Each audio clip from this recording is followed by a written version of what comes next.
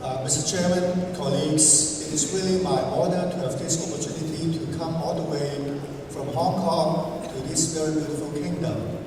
My talk today is Gut Microbiome, the next frontier of medicine.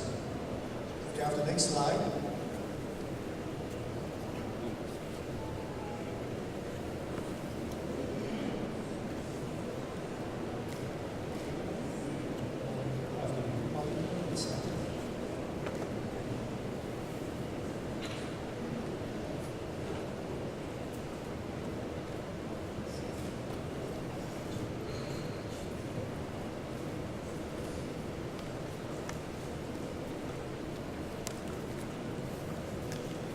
This is where I come from. Hong Kong, this is our beautiful campus facing the harbor, the Chinese University of Hong Kong. A lot of people get confused about our name. In fact, Hong Kong is very small. We only have 2 medical schools. One is the Hong Kong University, and we are the younger brother, CHK, the Chinese University of Hong Kong. We've only established for about 50 years. And the medical school is even having a shorter history. We only celebrated our 35th anniversary 3 years ago. And the Prince of Wales Hospital is the teaching hospital of the Chinese University of Hong Kong with 1,500 beds, looking after a local population of 1.5 million. Talking about microbiome, I would like to start by telling you that we own only 10% of our body. Why did I say so? Because, in fact, 90% of our bodily cells are germ cells that are mostly living in our guts, or we call gut microbiome. Therefore, human cells to germ cells in the body is in the ratio of 1 to 10. We own only 10% of our body in this particular regard. The other way to look at it is that our body has 2 sets of genomes. The first genome is human genome, inherited from our parents. But mind you, we also have a very specific gut bacterial genome we call gut microbiota. Now, importantly, we cannot edit our human genome, but we can modify our gut microbiota to improve health and cure diseases. And that would something I would like to give you an overview with particular emphasis on obesity and GI conditions. Now, when we talk about gut microbiome, what are we talking about? Certainly, the vast majority would be bacteria. There are over 1,000 species, and altogether more than 100 trillion bacteria, which account for 3 pounds of our body weight. Mind you, we do also have viruses. They are mostly growing on the bacteria in our body. And also we have fungi, and there are about 10 to 100 species, many of which we eat, like baked yeast, brewers, and yeast. And sometimes we also have parasite eggs, but I hope this is not the case for every people. In fact, nowadays, we have got a lot of evidence to suggest that many diseases are due to an imbalance between good and bad bacteria in our guts. We call dysbiosis. And it is because of this disequilibrium that leads to many conditions, such as inflammatory conditions, like inflammatory bowel disease, colon cancer, obesity. Also, it affects something outside the GI tract, such as our central nervous system, as well as our immune system, like various allergies and autoimmune disease. In fact, now there is increasing data suggesting that there is strong associations, and even in some cases, causality between gut microbiota dysbiosis and the following conditions, such as autism, cancer, obesity, diabetes, and many others. Among all these conditions, I believe obesity is one of the major concerns globally. There's really an epidemic of obesity in different parts of the world. Now, this slide shows you a very interesting study trying to explain why a lot of people from developing countries such as Central or South America, when they migrate to the United States, their next generations are getting more and more obese. And one important reason, if you focus on the mid panel, is that for people who emigrate from, say, Mid or South America to the United States, there's a progressive loss of gut bacterial diversity. And this is associated with, as you can see from the upper panel, that there is an increasing chance of obesity in the subsequent generation. For the newly arrived people, most of them remain thin, but in the next generation, they are kind of no different from the European Americans. And one of the main reasons is that they're not only losing bacterial diversity, but they lost certain bacteria that are associated with plant fiber degradation. See? So people living in the United States or some other Western countries, they lose their ability to degrade plant fibers. In fact, this problem is not only limited to the United States. This is mainland China, and I can tell you now that obesity is a huge problem in mainland China, considering the fact that there is a total 1.3 billion people living in this country. And one of the main reasons is that our diet is getting more and more westernized.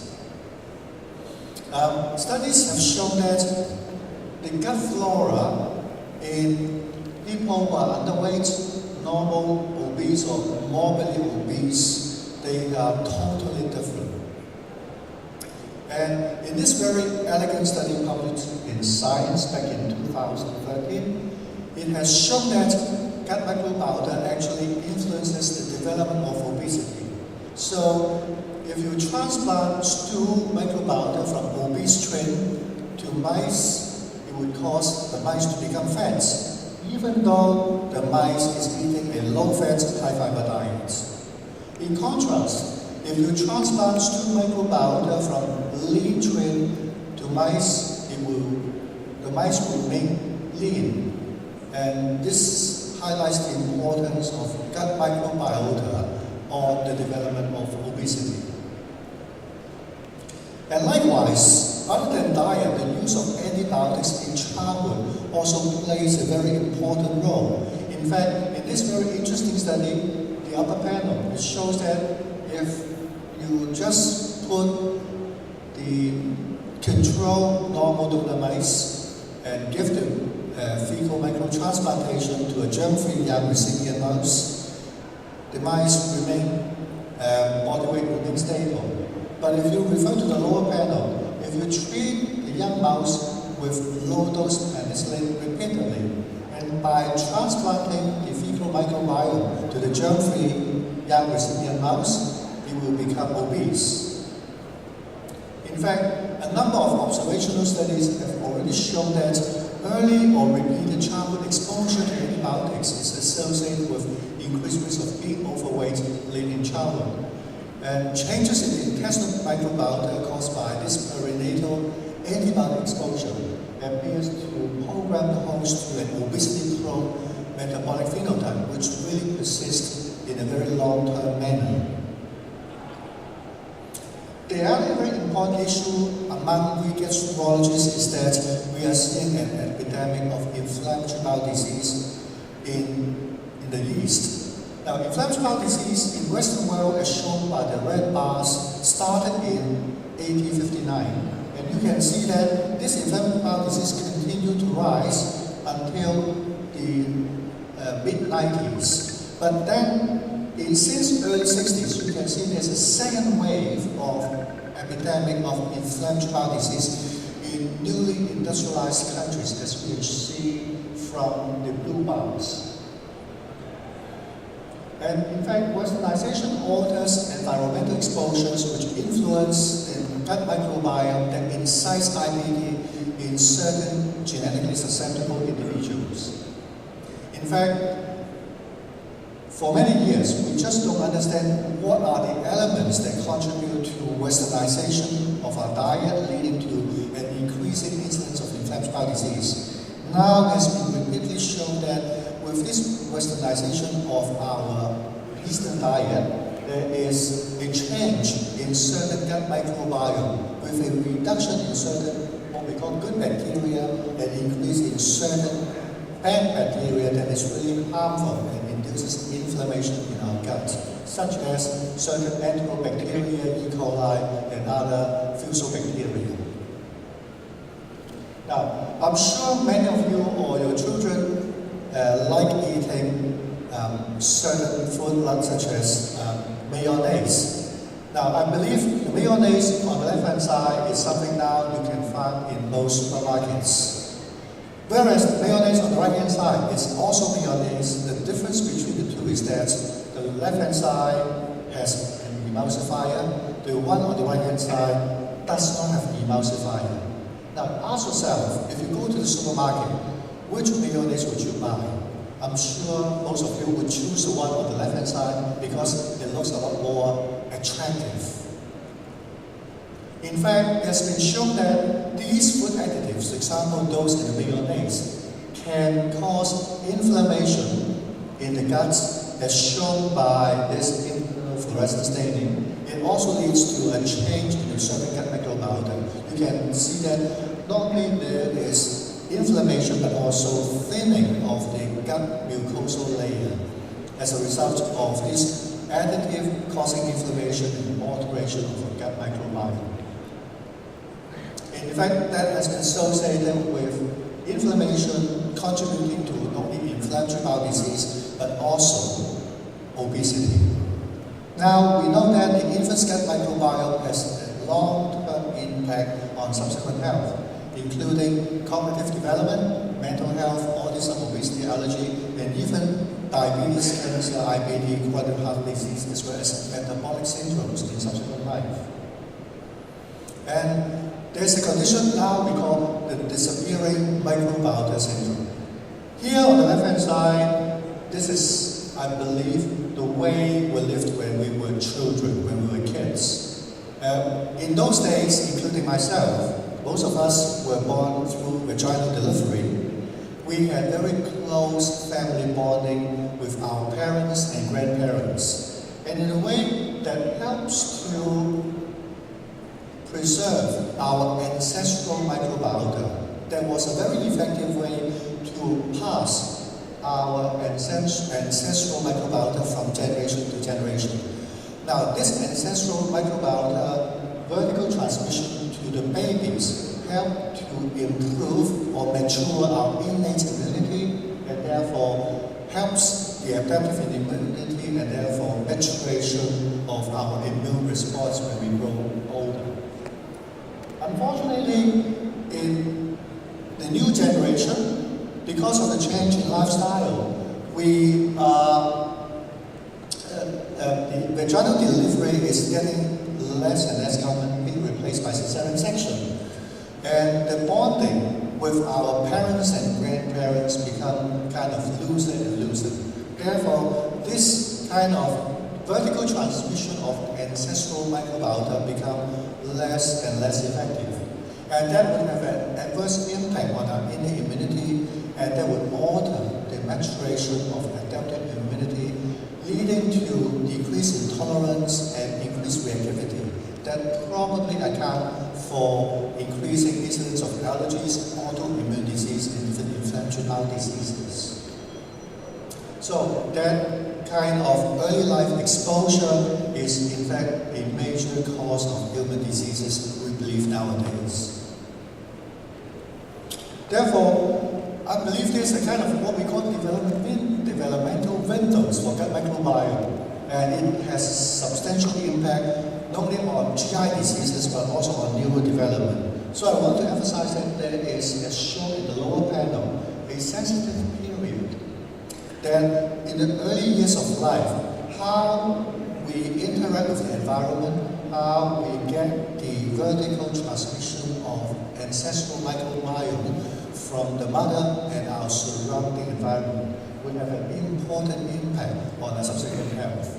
And therefore, this early life period is probably a golden period for us to manipulate to further improve our microbiome. So, how can we modify our gut microbiome to improve health and cure disease? Certainly, with better knowledge, we should try to avoid certain diet and food additives. Restoration of certain cultural behaviors, such as continuation of breastfeeding, vaginal delivery, will be a very effective way to deliver, to transmit the microbiome to the newborn baby. Last but not least, pool as medicine, such as fecal microbiota transplantation, is increasingly fashionable nowadays. Now, in fact, fecal microbiota transplantation is nothing new. If I refer to the ancient Chinese history, pool as medicine was first used in China more than 1,000 years ago. Now, we try to obtain pool from what we call healthy donor. And after processing, this pool will be utilized as either liquid form to be delivered endoscopically or as pills for use as medicine.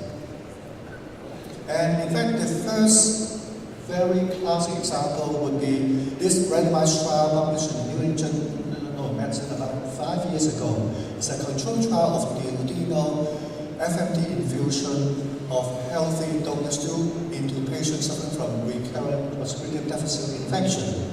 As you can see from this study, patients using vancomycin alone, diarrhea resolved in only about 30% of subjects. But with the addition of fecal microbiota transplantation, you can see that there is an over 90% cure rate. Can we extend the use of FMT, fecal microbiota transplantation, to other conditions? Now, there have been studies using FMT for inflammatory bowel disease, and it has been shown that while C. diff infection is effective in 90%, but for IBD, the result is quite variable. So far, there are 4 randomized clinical trials on ulcerative colitis. One gave negative result, the other 3 show positive results. I want to emphasize that the studies showing positive results, they use pool donors, emphasizing the importance of bacterial diversity in the stool to increase the likelihood of success. And there are other studies trying to use FMT for the treatment of hepatic encephalopathy. There's one open-label randomized clinical trial for men suffering from recurrent hepatic encephalopathy. And in this study, the FMT arm were treated with 5 days of broad-spectrum antibiotics, followed by a single FMT element from the single donor. And this study shows that it reduces hospitalization, improves cognition, and dysbiosis in these surrounding patients with recurrent HE. Now, in fact, the potential application of FMT is really beyond the GI tract. This slide gives you an overview of the potential applications. It has been shown in various level of studies, including FMT for in randomized controlled trial, observational studies, and other clinical retrospective data. And application can be for patients with multiple sclerosis, chronic fatigue syndrome, non-alcoholic liver disease, obesity, and many other conditions such as diabetes, as shown in this slide. And I want to say that in CHK, we have established a clinical and scientific team with increasing international reputation in microbiome research. And our mission is really to educate the public and to bring microbiome health to our society. And we have the very first FMT research laboratory in Asia, and we have the first research donor stool bank available in our university hospital. And our research interest will be focusing not only on inflammatory bowel disease, but also obesity with type 2 diabetes, graft versus host disease, and also those vancomycin resistant and to bacterial infections. And in fact, since 2005, we have been using this gut microbiota to treat patients with life-threatening C. diff infections. And in recent years, we have also explored the use of FMT for obesity. I'm sorry for the Chinese character, but what it's trying to tell you is that we've been quite successful in using FMT to reduce body weight of obese subjects by 8 kilograms over a period of 2 months. And we are now trying to build this well-gut microbiota map, and our network is really international. We have got consortium from all over the world, including North America, Europe, Asia, and Australia. And we look forward to the opportunity of collaborating with our colleagues and experts here in Saudi Arabia to make this network truly international. And I believe there's a very strong potential of this human microbiome market. By 2017, the total investment is already over 700 million. And it's estimated that by 2024, the investment into this human microbiome market will be over 1,365 million US dollars. And I believe in the future, we might be able to use stool as a kind of diagnostics. Just by providing a sample of stool, we will be able to tell you who you are and what kind of risk factors you are going to develop. So it's better than fortune medicine and other fortune tellers. And also I believe that as medicine has a huge potential because we will be able to treat a lot of conditions not only by endoscopy, but we can also transform the stool into pellets or tablets and capsules for easy administration in the future. So with that, I would like to end my talk by trying to kind of allow me to advertise this IDD forum, which will be held sometime in Hong Kong in June this year. And I very much hope that I can invite our colleagues and young fellows from Saudi Arabia. And I would like to take this opportunity to kind of encourage our Saudi colleagues because we would like to offer 50 travel grants for our young fellows. And I look forward to the opportunity of meeting our young fellows and other colleagues from Saudi in Hong Kong. Thank you for your attention.